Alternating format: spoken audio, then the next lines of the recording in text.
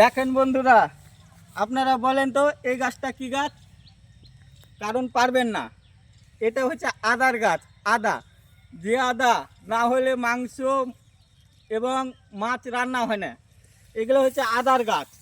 ঠিক আছে, সুন্দর সুন্দর বলাক আপনাদের সামনে নিয়ে আসবো। আমি যথেষ্ট চেষ্টা করব আমাদের মুর্শিদাবাদের যে সব জিনিস চাষ হয় সব বলাক দেখাবার আমি চেষ্টা করব।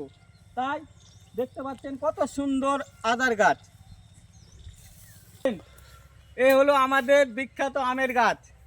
তারপরে কমেন্টে জানাবেন এগুলো কি গাছ। দেখেন কত সুন্দর ফল।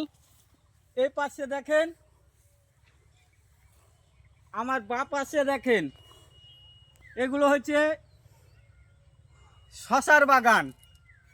কারণ আরও অনেক কিছু দেখাবার আছে, আমি চেষ্টা করব। তাই আমার সঙ্গে একটু সাপোর্ট করবেন প্লিজ। অনেক অনেক জিনিস দেখাবো আপনাদেরকে। দেখেন বন্ধু, এই যে মুর্শিদাবাদের লেচুর বাগান, এই দেখেন মুকুল চলে এসছে। আর কিছুদিন পরে আপনারা লেচু খেতে পাবেন। দেখেন কত সুন্দর বাগান, সব গাছেই মুকুল আসছে।